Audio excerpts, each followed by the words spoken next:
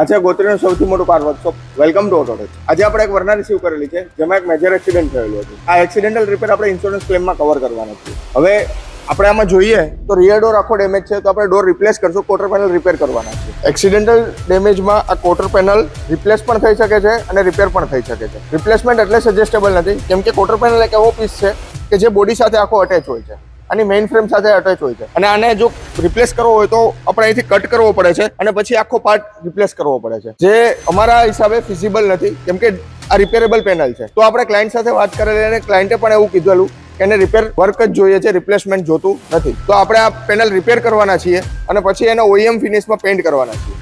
સાથે સાથે આમાં એક માઇનર બીજો ડેન્ટ પણ હતો, જે આપણે પેઇડમાં કરવાના છીએ વિધાઉટ ઇન્સ્યોરન્સ ક્લેમ, જે આપણે ડેન્ટ પુલરથી રિમૂવ કરશું.